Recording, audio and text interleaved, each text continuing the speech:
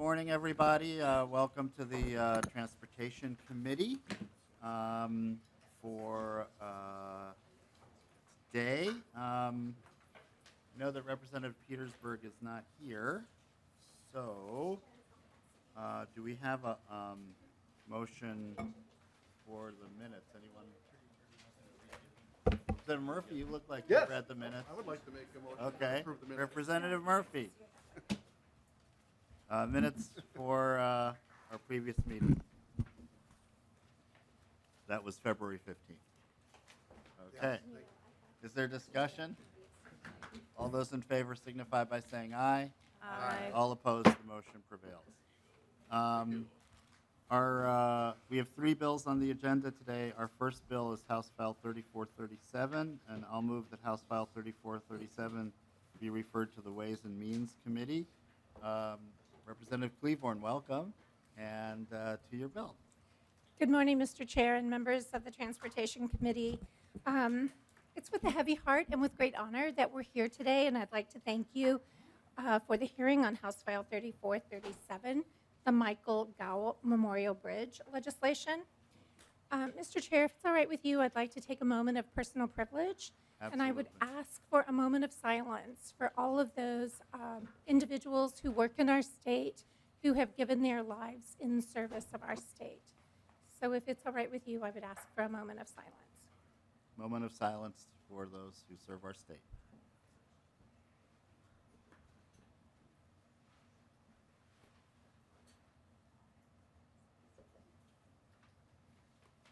Thank you, Mr. Chair. On August 30th of 2023, Mr. Gow went to work on the construction of the Rockford Road Bridge over Highway 169. This is a bridge that links Plymouth to the city of New Hope. And like many of us, when Mike left for work that morning, he expected to return home to his wife, Jennifer, at the end of the day. Sadly, that did not happen, and our state lost a dedicated and beloved MnDOT employee in a tragic work accident. Michael was a unique man. He paid attention to the small details. But I'd like to talk to him about, I'd like to talk about him as the person. Mike and Jennifer recently celebrated their 25th wedding anniversary. And with us today, we have Jen, who is Michael's wife, and Paige, the light of his life, and his daughter Paige. And Mike and Jennifer had just recently celebrated their 25th wedding anniversary, and we're looking forward to those empty nest years. Together, they had 3 adult children. They have Paige, Dalton, and Andrew, and 6 grandchildren. And those grandchildren Mike described as his pride and joy. Mike was an individual who never knew a stranger, and his smile drew others towards him. He was described by his friends as the most loyal person you would ever meet. Described as a not on the couch kind of guy, Mike is described as energetic and goofy. He loved to play golf and to fish, and he looked forward to family time at the cabin. He was a true Minnesota outdoors guy. And with that, Mr. Chair, I'm going to ask you to recognize Representative Farr, who will speak to him as a man of service. Welcome, Representative Farr. Thank you, Chair Hornstein. Thank you. Your comments. Thank you, committee members. None of us wish that we were here today. It is an honor to be here to co-author this bill.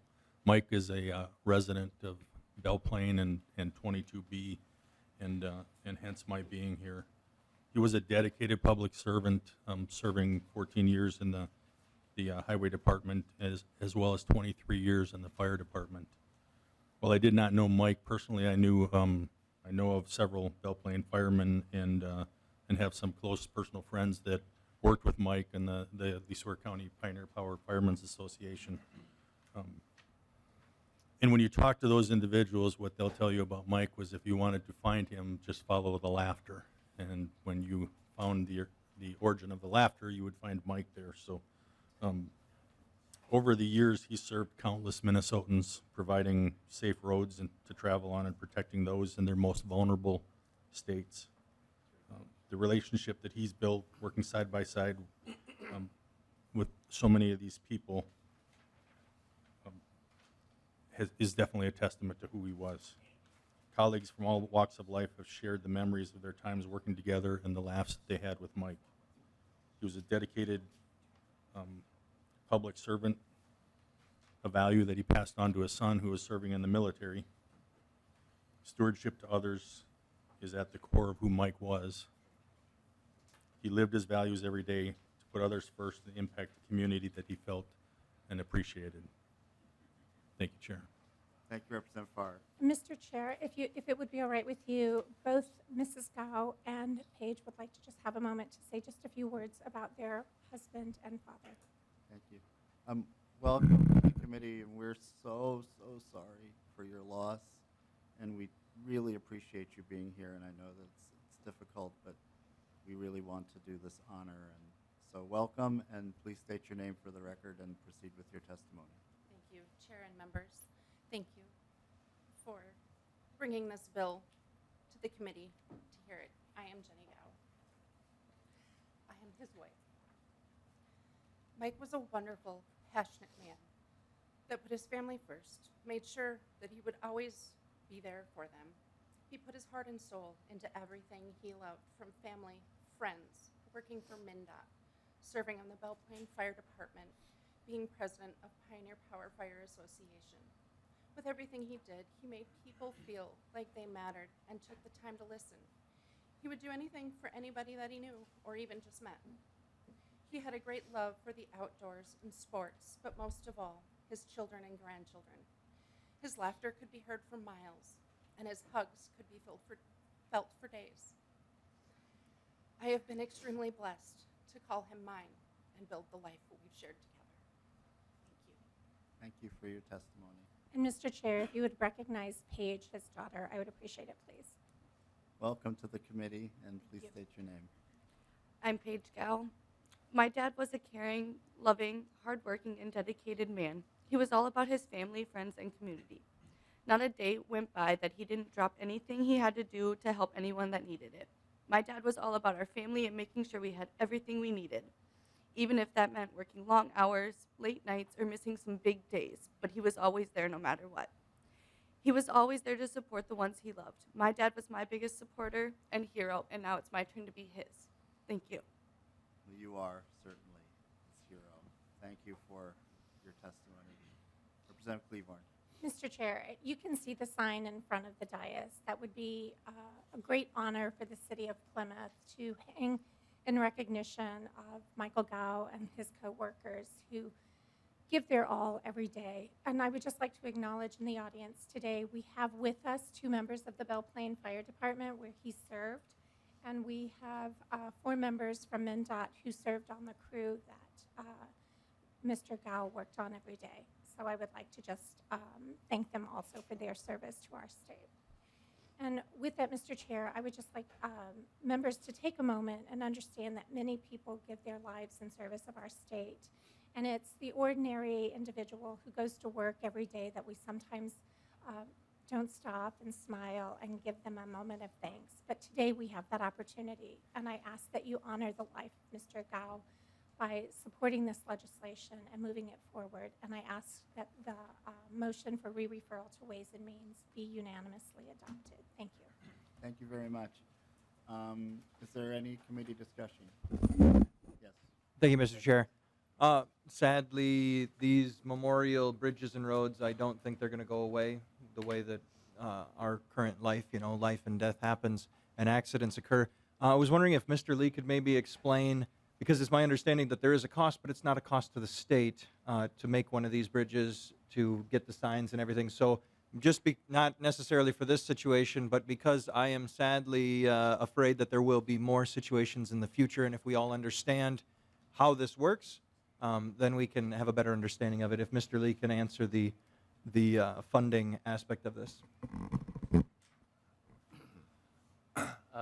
Mr. Chair and Representative Olson, if you look on the language of the bill on line 1.10, it's notwithstanding the advocates raising the money. The signs tend to cost about $3,000. There's usually a pro forma fiscal note. Unfortunately, fiscal note wasn't ready for this committee because the fiscal note system was down over the weekend. But yeah, it's about a $3,000 trunk highway cost. Thank you. Thank you, Representative Wilson. Representative Murphy? Thank you, Mr. Chair. Thank you for being here. I just want to mention that I'm from Belle Plaine. I grew up in Belle Plaine. And I just want to let you know from everybody in Belle Plaine how much we appreciate all our people that help us and are there for us. And I just wanted to let you know that from Belle Plaine, I'm going to speak for the people of Belle Plaine, and that we're very appreciative and we're very sorry for your loss. Thank you, Representative Murphy. Any other members have questions or comments? Is there anyone else from the audience that wishes to testify?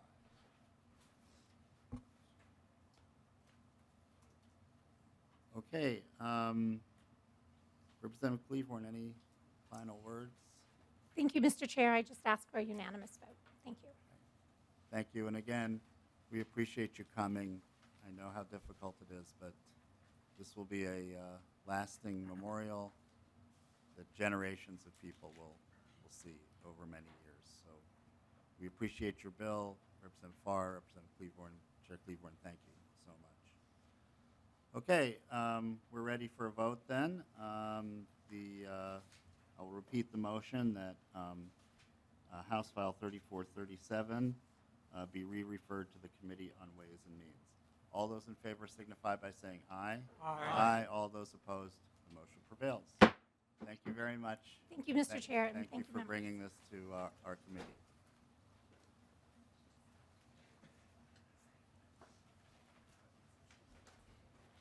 Okay, the next bill on the calendar, Vice Chair Tabke of House File 3071.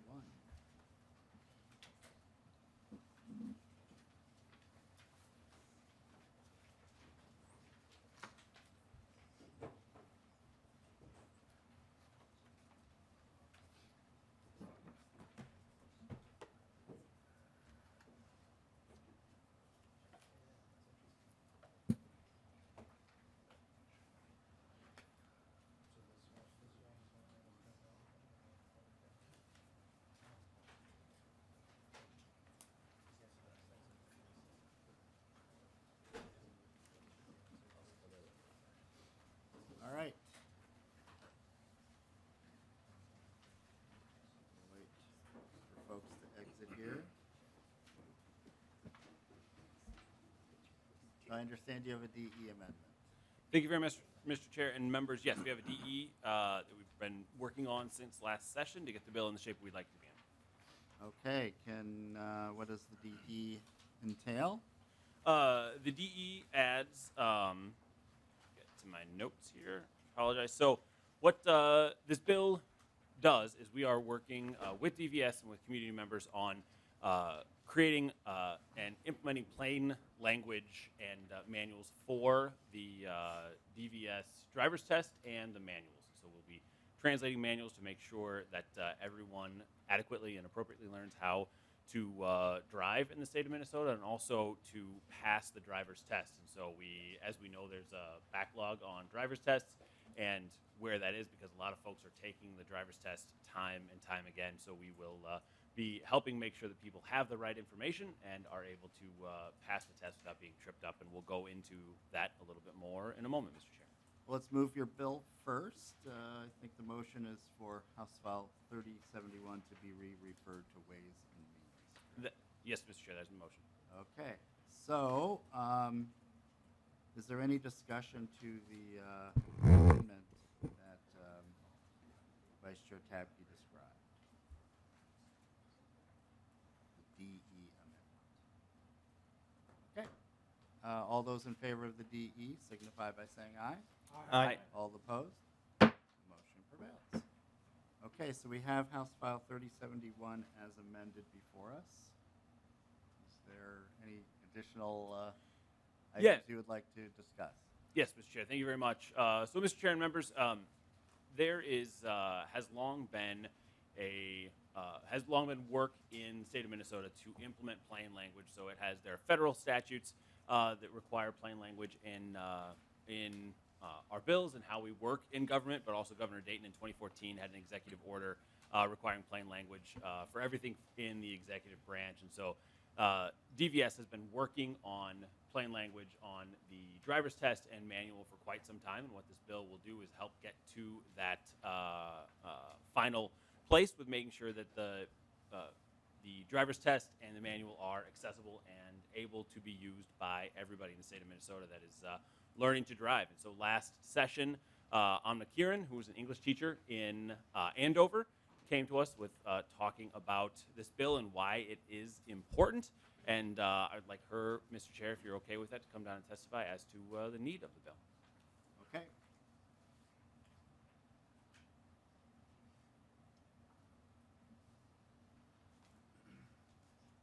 Welcome to the committee. Please state your name for the record and please state your testimony. My name is Amna Kiran, and thank you very much for having me here.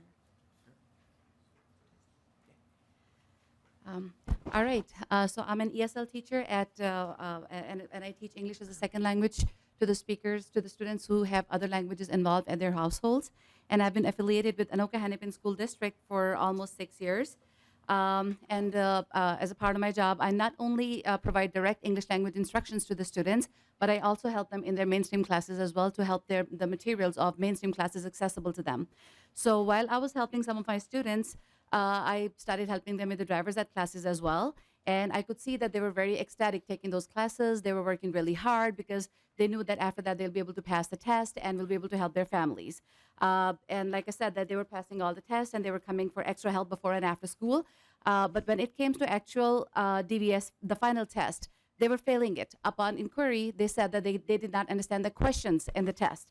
And then they related similar experiences about their family members as well, who had a great deal of experience of driving in their countries, and yet when they came to the U.S. and they took the test here, they were failing it.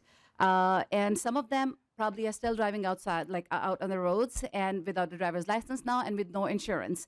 And honestly speaking, I do not blame them because they cannot starve their kids to death because of a poorly written test. I spoke with some of the native speakers as well about this issue and inquired about their experiences about it. And they had similar experiences too. They were going through the same ordeal of complex language and confusing wording in the test. I corresponded with the DVS about it and wondered about what was their rationale behind writing the questions the way they did, when the same questions can be written in simple and plain language. And I also provided them with the examples, taking some of their example questions and rewrote them in simple and plain English, but I did not get a very satisfactory response, which led me into doing a deeper study on that, in which I collected data from native speakers of the language and non-native speakers of the languages on the same issue. And here are some of the examples that I had. Sorry, before I give you the examples, I would like to show you the data. So one of the questions on my questionnaire was, what did you find more difficult on the test? And it is collected both from native and non-native speakers. So was it the content on the test or the language of the test? And here is the pie chart. We can see this is the result of the non-native speakers. This is how many people found the language difficult. And below the second pie chart, that is for all the native speakers, all this red, they are finding the language difficult and not the content. The next question on the test, the questionnaire was, did you find language confusing? And this top one is for the non-native speakers. They were all finding the language and the wording and the test confusing. And this is for the native speakers. So we can see that in both the pie charts, there's not much difference. So the point we're trying to make here is that if the test is this much difficult and the language is this much complex and complicated for the native speakers of the language, imagine how much more it is going to be for non-native speakers of the language. And here I would like to give you some examples of the typical language of the tests on the questions on the test. Obviously, it's not stolen from the secure test of the driver's their driver's test, but it's the typical language they use. So backing up is not allowed on freeways or expressways except for blank. So here it has a multiple layers of complexity. Not only we are using double negatives, but also we are expecting the test taker to give us the answer which is not the right answer. So we are kind of like making the test tricky. So as at least my brain works is as soon as I read a question, I start looking for the answer and not for something which is not the answer. But that's what we are trying to make the people do here. So the same question can be rewritten as only blank vehicles are allowed to back up on a freeway. It's exactly same question and now cleaned up. Another example for that is on urban or town roads, the legal speed limit under ideal driving conditions is blank unless traffic signs indicate otherwise. Again, packed with language and packed with tricky. The formation of the question is very tricky. The same question can be rewritten following the guidelines of Plain Language Act. Could be when the speed limit is not posted on the city or the town roads, the legal speed limit is blank. Just one more example. With the complicated and obscure vocabulary. Anyone who flees a police officer using a motor vehicle may be sentenced to imprisonment for not more than. Again, it has multiple layer of complexities, and plus the kind of vocabulary is used. For example, flees, that can have multiple meanings. Sentenced, multiple meanings. Imprisonment, not everyone would understand what imprisonment means. Why can we not write the same question as if anyone runs away from a police officer using a motor vehicle, he or she can go to jail for blank or less time. So from my first correspondence with the DVS, they thought that I'm asking them to bring down the rigor of the test or to make the test easy. By no means we are asking that. We're just asking them to keep the rigor of the test the same, but ask the questions in a way where people can understand it. So from these examples, it's crystal clear that the DVS employs difficult English language, obscure vocabulary, and complicated sentence structures to write the questions. This makes the test seem more like an advanced English language test and not a knowledge test for the driving. That leads us to two significant outcomes. First of all, the current test that we have is invalid assessment of the test because the intent of the test is to assess the driving knowledge of the test taker and not their ability to be able to decode complex sentence structures, because it's not an advanced literacy exam, it's a driver's test. And secondly, this DVS test turns out to be inequitable and clearly discriminates against those individuals who do not speak English as a first language, and also the native speakers of the language, but they have lower reading abilities. They have maybe reading disabilities or lower reading levels, or those who have not have high education or have not had the opportunities to attend the school. I just want to extend a question to you, and of course I'm not asking for an answer, just food for thought. Do lack of academic English, lower reading levels, and lack of educational opportunities make anyone a bad driver? Since we're talking about the advanced literacy exams, in 2014, the College Board overhauled their SAT college entrance exam in 2014, and they removed all the obscure vocabulary from them and from the test. College Board President David Coleman at that time said that the test should provide worthy challenges and not artificial obstacles. And that's what we have in this test right now. These are not worthy challenges. These are unnecessary obstacles that we need to remove from the test. So again, I'm not asking to make the test simple or easy by any means. The DVS should keep the rigor of the test the same, only write the question in a way where people can understand. I would like to conclude my testimony by saying that writing the test following the guidelines of Plain Language Act will not only make it a valid assessment, which every assessment should be valid for driving, but also make it ensure an equitable opportunity for every Minnesotan to succeed. And it could also result into more legal drivers on the road, and especially after the passage of driver's lessons for all, this is the next logical step we can take. Thank you. Okay, thank you very much for your testimony. Is there discussion? Representative Olson. Thank you, Mr. Chair. Maybe Vice Chair Tabke knows this answer. Maybe someone else in the audience does.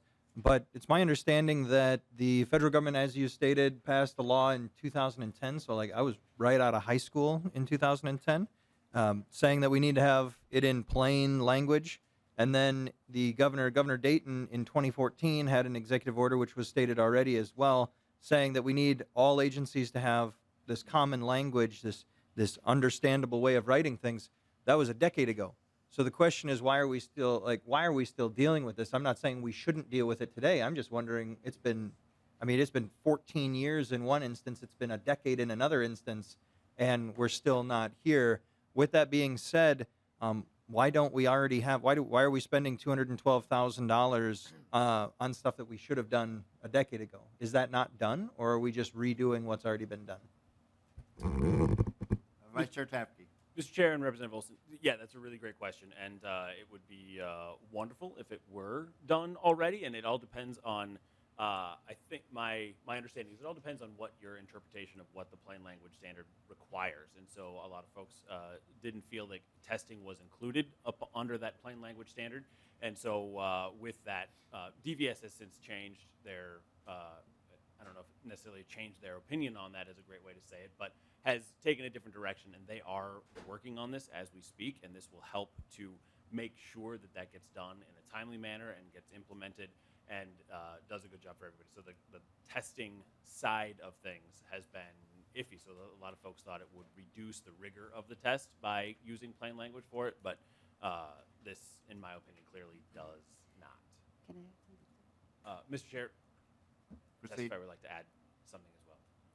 So in my correspondence with the DVS, and I had a meeting with them as well, they said that they are aware of the Plain Language Act guidelines, and right now they are at the correspondence level with the layman, but they do not have enough resources to implement this Plain Language Act guidelines onto their test or the manual. And for that, we started a petition as well, on which we have over 1,500 signatures for asking the governors to give us to give DVS enough resources so that they can implement these Plain Language Act guidelines on their manual and the test. So they said they don't have enough resources. Representative Wilson. Thank you, Mr. Chair. Just one comment. It's always disappointing to me when agencies consistently say we just don't have the resources for this. Like, it's a $70 billion government. I think you can find the resources in the couch cushions. Thank you, Representative Wilson. Is there any other discussion? Representative Murphy. Oh. Thank you, Sorry Mr. about Chair. that.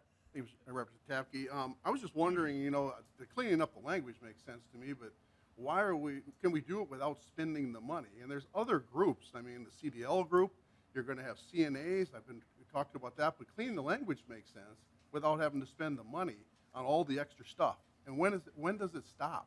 When do we have to also get to, we have to change signs? Where does the money stop being spent? If we can just change the language, wouldn't that be a better first step to make sure it's plain language? Vice Chair Tabke. Mr. Chair and Representative Murphy, I'm not sure I understand the question specifically that you're asking there, but what my opinion on that is it is really important that we make sure that everyone on the roads is safe and understands what it is to be a good driver in the state of Minnesota, as well as reducing the time that it takes to get through the driver's test if folks need to have retakes or however that works. We know that that's an issue that has been perennially problematic, and if we can make sure that if someone who knows what they need to know to be a good driver is able to take and pass the test and just has issues, whether it's language issues, whether they get scared at taking tests, whatever that is, that if they have a better opportunity at passing this test because they have the knowledge and they know what it takes to be a good driver in the state of Minnesota, that we're making sure that we are giving every opportunity to get that done. Representative Murphy. So if we just simplify the test, where does the cost come in? Mr. Chair and Representative Murphy, this is not simplifying the test. This is not changing the rigor or the requirements of knowledge for the test whatsoever. This is just making sure that instead of having that with the plain language, that it is having straight up questions that are asking a question with an answer on there, and not neither nor and either or and except for this and but for that. If you read the language that's in here, it very clearly delineates as to what the plain language, it reiterates what the plain language standards are with that. So it's not simplifying the test, and MnDOT is going through rewrites of the, not MnDOT, DVS is going through rewrites of this now, but in order to get to this level of specificity and make sure that there is adequate input from all stakeholders to make sure that we're getting where we need to be with this so that it gets done right.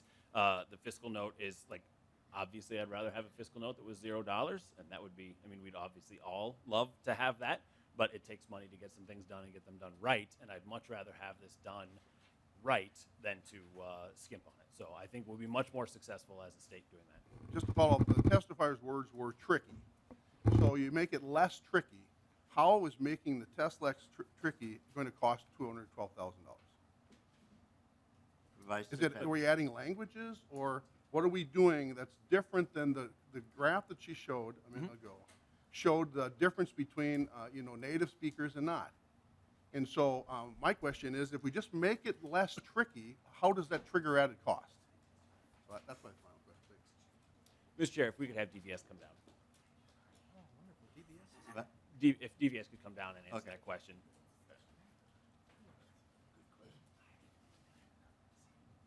Welcome to the committee. Please state your name for the record and proceed. Pong Zhang, Director of the Driver and Vehicle Services Division.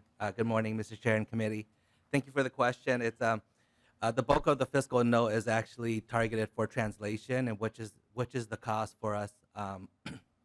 Currently, we offer the test in multiple languages, and as we put together this fiscal note, we identified that if we're going to update the manual and update the exam, that we should do that across the board for all the languages that we already support.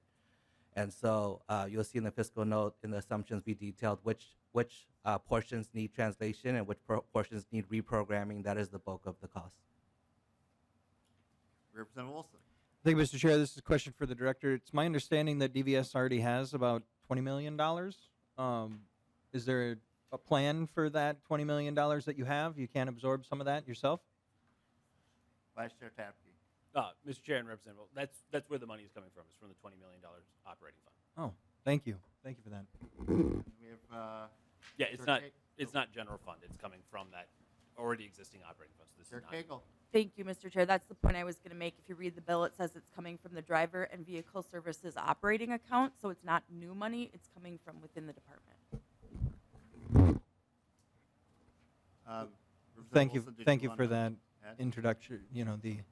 The sly little. If you read the bill, appreciate it. I was reading my little notes here. All right, good to have a little mixing it up a little. That got everyone woken up a little bit. Okay, any further discussion? All right. Vice Chair Tabke, do you have any additional thoughts that you would like to convey about House File 3071 as amended? Thank you very much, Mr. Chair. And I just first want to appreciate and thank Amna for just her incredible work on this. If you saw that binder that she's got, it's got tons of signatures in there, lots and lots of data, lots and lots of information that about this issue. And she's put so much work into getting us to this point. It's just been wonderful working with her and getting here. So this is something that will help to alleviate issues within the testing side of things with DVS. This is a bill that will help make sure that this is accessible to everyone, no matter if you have limited English, no matter if you're someone who struggles with tests. This is something that would be good for everyone, and I would appreciate everyone's support in moving this to Ways and Means. With that, I renew my motion to move House File 3071 as amended to Ways and Means, Mr. Chair. Okay, all those in favor signify by saying aye. Aye. All those opposed? Motion prevails. Thank you, everyone. Thank you, Vice Chair Tabke. So our third bill for today comes from Chair Koegel. And I understand you have an author's amendment as well. Thank you, Mr. Chair. Yes, I do have. I'll move the House File 3467 to, what's the motion? Ways and Means? Ways and Means? General- Reg. General Register. And so I'll move the A1 amendment. This deletes the section, or 2.4 for 2.12. That language was a little problematic, so we wanted to get rid of it. Okay, so discussion of the A1. Okay, all those in favor of the A1 amendment signify by saying aye. Aye. All opposed, motion prevails. To the bill. So thank you, Mr. Chair. House File 3467, as amended, allows MnDOT to do some planning, design, developing, construction, operating, and promotion for maintaining the passenger rail system. And so with that, pretty simple bill. I'll give it to my testifier if he has anything to add. Mr. Udine. Thank you, Mr. Chair. Eric Radine with MnDOT Government Affairs. And, we do anticipate that service on the second train to Chicago will begin sometime this spring. That service will be operated by Amtrak, and certainly they will do some promotional activities related to that service, but we wanted to have at least the option if we feel they're not doing an adequate job of promoting the service, because they obviously have other services all around the country. We wanted to have the ability to supplement that with some additional promotional and potentially advertising to enhance that service and future passenger rail projects as well as they begin service in the future. So that's what the bill now does, and we'd appreciate your support. Thank you, Mr. Udine. Discussion. Wilson. Thank you, Mr. Chair. This is to Mr. Radine. You sent some information to our researcher, and I need some clarification on this. You say that Amtrak is both the operator of the state-supported service and owns/operates a competing service, the Empire Builder, between Seattle and Chicago. So my question is, why are we in competition with someone who's working with us? And it sounds like we are grinding each other's gears here. And if we're promoting our own, why are they in any way interested in promoting that aspect of it when they're going to recoup losses from us anyways? How does this work? Can you please explain that just a little bit? It's minorly concerning that we're promoting something that they should also be promoting, but they may not be promoting because they're promoting something else. Who's promoting what? Who's on third? That's my question, Mr. Chair. Yeah, good Mr. question, Mr. Chair.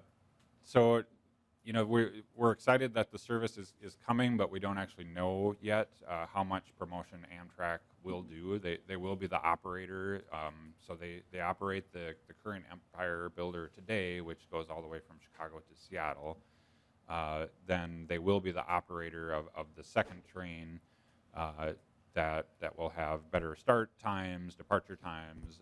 It also will be originating in St. Paul, so we expect that there won't be the delays that we sometimes see because of the service can get delayed, in Montana or the Dakotas on its way here.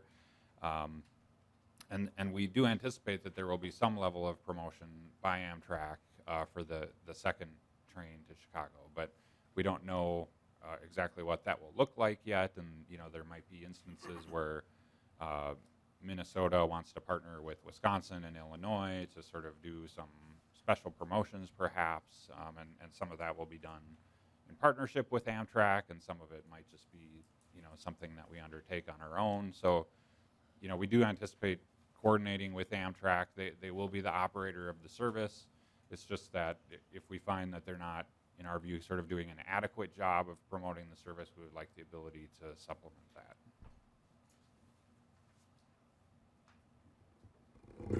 One follow-up, Mr. Yes. Chair? Thank you, Mr. Chair. So it's my understanding that the one train to Chicago right now actually does really well, kind of almost breaks even if you can break even with a train. With the second train that we're opening up, do we incur any potential losses? The state has to pay Amtrak for these. How long is this in perpetuity? Because if that is the case, I don't know why Amtrak wouldn't just take their promotional money elsewhere and promote something that they're maybe not getting such a sweet deal, having the state cover any losses that they could potentially have. It sounds like a wonderful business model. Mr. Udine. Yeah, Mr. Chair, there will be an operating subsidy that's required going forward, and so Minnesota will split that with Wisconsin and Illinois. So each of the three states will have a portion of that operating subsidy. So we're trying to finalize those agreements now. The legislature last year did enact an appropriation to provide those resources for the operating subsidy that will be required going forward. Thank you, Mr. Chair. Do we have some report or something that we can look at that identifies how much economic benefit this train brings into our state? Some way that we can identify this? Because if the state is subsidizing people coming from Chicago to Minnesota, and those people are then spending money here, there is benefit to having it. At the same time, if it's just everyone going from Minnesota to Chicago in order to spend their money there, then it's not quite so great. Do we have some numbers that help me take this state subsidy and kind of just put it a little bit aside and say, the benefits outweigh the costs? Mr. Chair and Representative Olson, yeah, we do have some of that. I think the Great River Rail Commission has also put together some of those numbers to look at the economic benefits to the communities, especially that have the service, like Red Wing and Winona. So I'll be happy to send you that to you. Yep. Representative Murphy. Thank you, Mr. Chair. Mr. Houdin, is there any other services or businesses that we promote through MnDOT? Mr. Chair and Representative Murphy, we do have the Easy Pass system, and so that would be one other example that would come to mind where there are some promotional materials that we have.